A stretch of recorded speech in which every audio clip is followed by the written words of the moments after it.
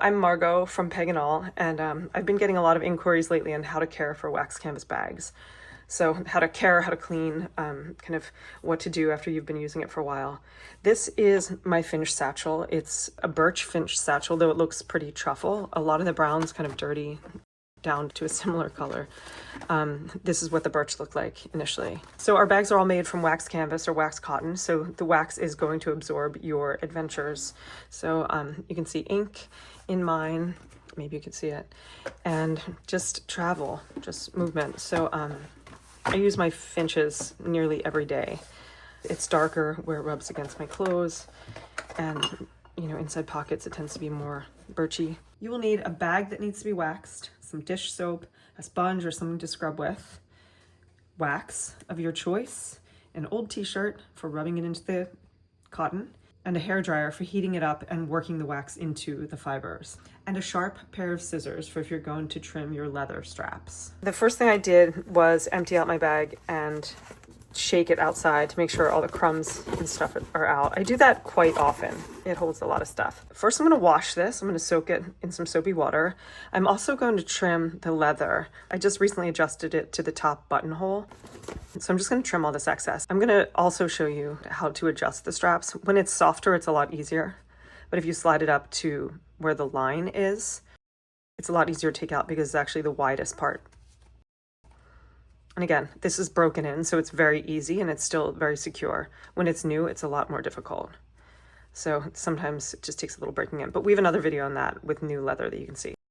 So for now, I'm going to take this off because I don't want to soak the leather.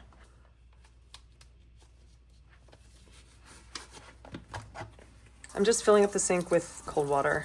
Also, I am using this dish soap. I don't know, it's what I use for my dishes, so I'm using it for my bag. So the sink's filling up. I'm just gonna dunk it.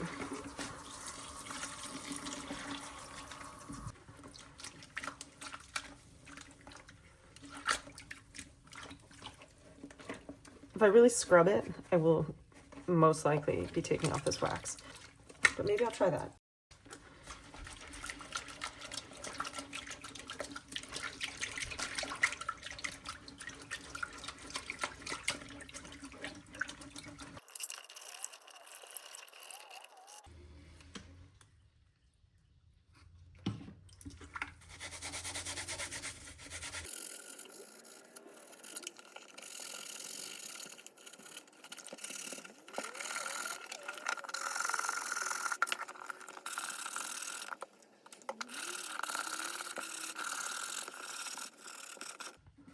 I'm curious how deeply this will clean out the darkness.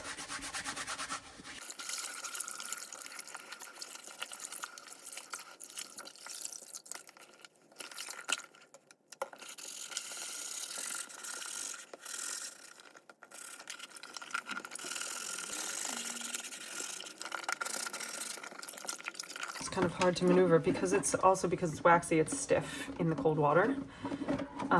Which is one of the amazing things about wax canvas, is how it holds its shape, and with heat it definitely starts to collapse. That's how dirty that water's getting.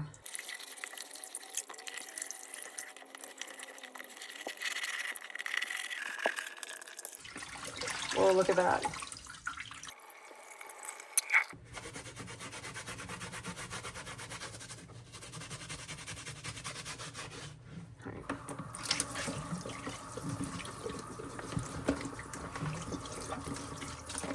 Just gonna fill it up again and rinse off any more of that dirt that I can.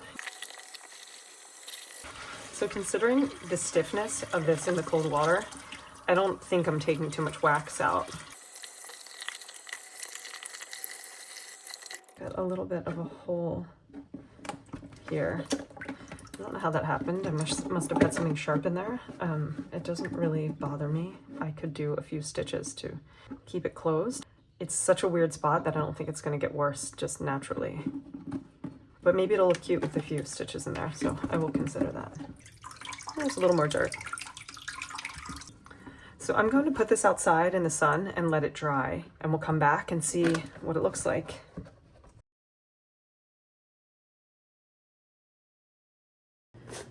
So I have my finch. It's mostly dried in the sun. It was sitting out there in the 90-degree, humid and hot, sunny sun for a few hours. There's a few damp spots, but for the most part, it is dry. Definitely some dry areas from scrubbing, so I am going to wax it. I think I only have this Fjallraven wax. I've used otter wax in the past, which is really delightful scent-wise and pretty sticky. And I used some Martexin, which is what our bags come waxed with. So this is a pretty solid and typical feeling block of wax. I need to find a hairdryer, but I just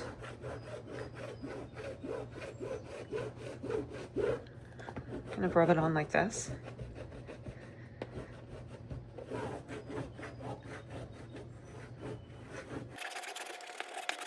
I rubbed the wax in. The bag's still warm from the sun, so it's kind of working its way in a little bit, but I'm going to add hairdryer to it.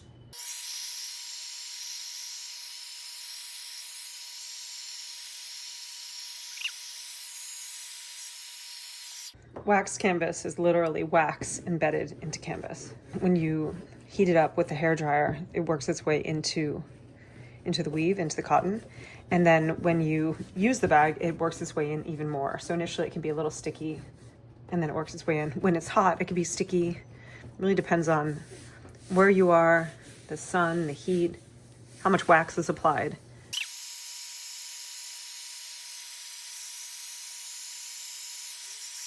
So it's pretty easy to do those flatter areas. Now I'm going to get into wrinkles and crinkles.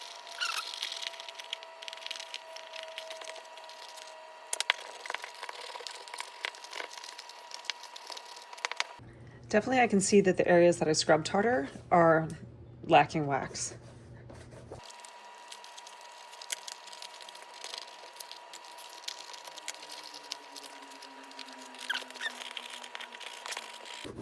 This feels a little chaotic, trying to get into all the nooks and crannies, but once the hairdryer part happens, it feels magical. It just works its way in there.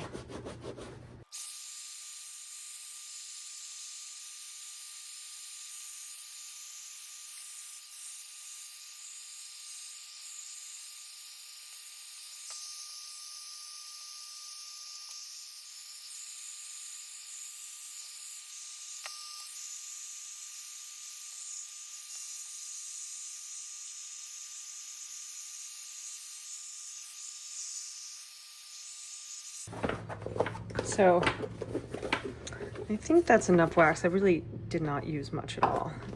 So there's that. And then I'm going to cut the straps. So in the shop, we have a proper mat or board or something to cut on. I'm just going to use a piece of cardboard because, again, just try things, anything goes. This is our leather cutter. It's from Weaver Leather. So I'm going to cut 2 off, but again, just to practice. This just rolls. I'm being a little shy because I'm just using cardboard. It's much easier on a firmer surface. So I ordered an original drawing from Edward Carey, who's an artist and writer that I absolutely adore.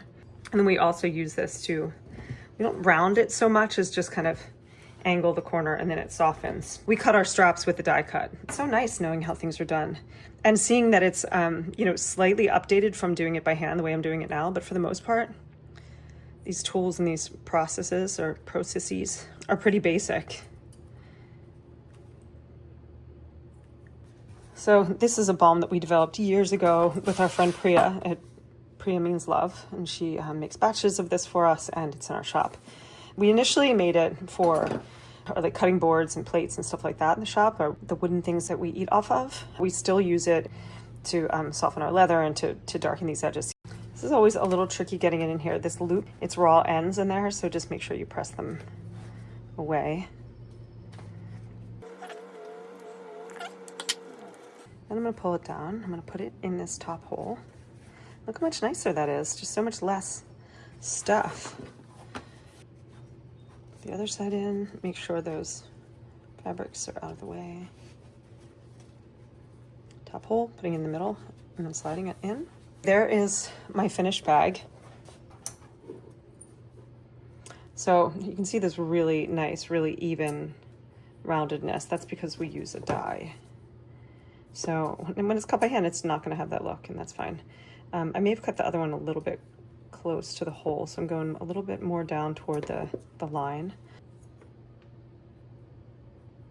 Put some Bartram balm here.